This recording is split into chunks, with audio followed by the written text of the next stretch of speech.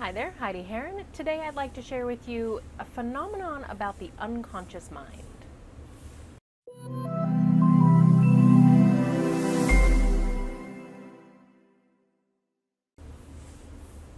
Hi there, welcome back. I'm sure you have heard before that the unconscious mind is unable to process negatives.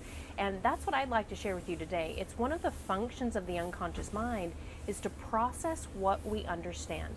The moment you hear or overhear or feel something that you understand, even see it, your mind starts to process it. So the example that often we hear is don't think of an elephant. And the moment you hear don't think of an elephant, what has to pop into the movie of your mind but an elephant? Same thing with, don't think of a dog. What color is the dog that you don't want to think of? Now, I'll explain it in a moment, but we often as humans start thinking about what we don't want versus what we do want.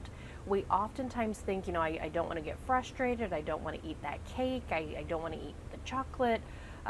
Eating is a thing that we often think of what we don't want. But it's sometimes those elements of what we don't want that gets us stuck.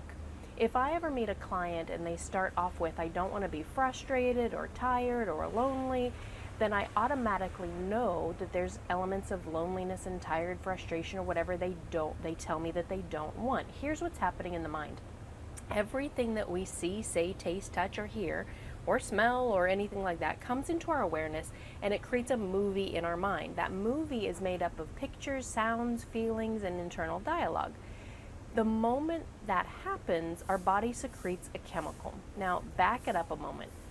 Listen to that again. The moment we hear or see or taste or touch or smell something, it creates an internal representation, which includes a movie in our mind. So if you know what the word elephant means, you automatically get a picture of an elephant. It might not be a clear picture of that elephant, but there's a picture of the elephant. The unconscious mind is unable to process negatives directly because it must process the information it receives in order to make sense of it. Then we can say, I don't want to do that.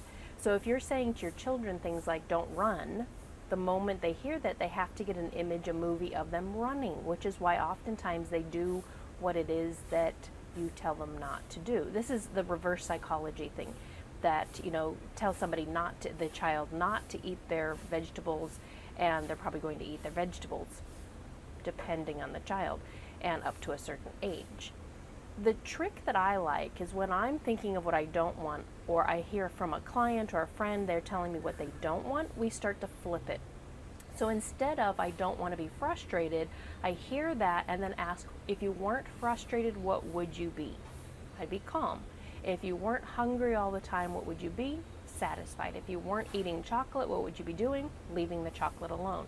So therefore we start saying it, thinking it, and representing it in our mind how we want to have it versus how it is, and instead of how it processes. Now, an interesting thing about this, last week my dad and I were having a conversation. He just came off of a month-long Buddhist retreat, and at some point during that retreat, he started thinking about, or maybe it was a conversation after the retreat, I don't know, but things like the 10 Commandments. And in Buddhism there are some not levels, there's something, starts with the letter P, but they're basically based in do not.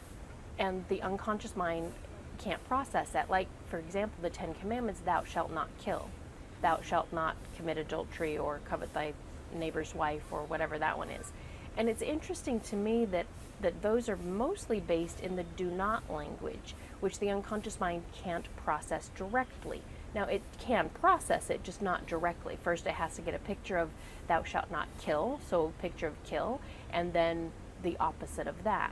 And I wonder what would happen if and obviously we can't go back in time and change it, but what would happen if those 10 Commandments or the rules that we create are based more in what we want to happen? And I think we could probably sum it all up into thou shalt be a good person. Something like that. So listen to your language, listen to the language of others, and if you're noticing a lot of what you don't want or can't have or don't think about or don't have, start to flip them. If you didn't have that, what would you have instead? It's an interesting thing with the unconscious mind, but truly, you can't think of something, you have to think of something even if you're not supposed to be thinking about it. enjoy that one, have fun with it. Be sure to subscribe to the YouTube channel, like this video, and I'll see you next time. Bye.